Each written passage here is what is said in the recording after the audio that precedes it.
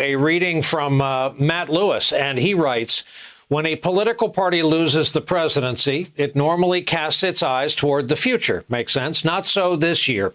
Donald Trump's speech this coming weekend sends the message that he is the presumptive 2024 nominee. What is weird is that he is being allowed to do it.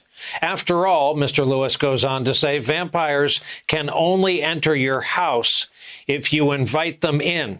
So, Jeremy, what does this mean? That they're just not going to go with prevailing math and trends and demographics? Does it mean perhaps that indeed they have no other game?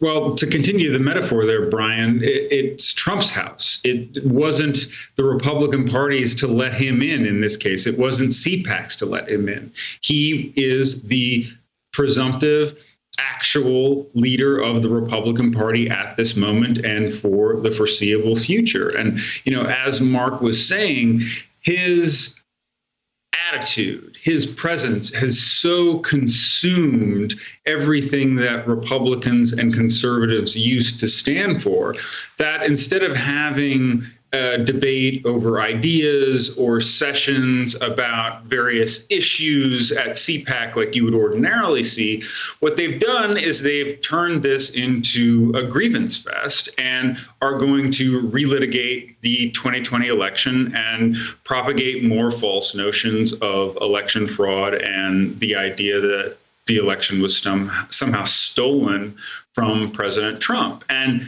this is not just what's going to happen at CPAC, Brian. This is what's going to happen in Republican politics for the next few years. I mean, what I'm hearing from people who are running some of the biggest and best funded conservative organizations out there is that the way they're raising money and the way that they are going to pitch themselves to voters is that they are going to continue this idea that elections are unsafe and that President Trump was wronged in 2020. And I think that, in essence, is this Republican Party, where the words conservative and Republican no longer mean what they've meant for a generation. They mean, have you pledged your loyalty to Donald Trump?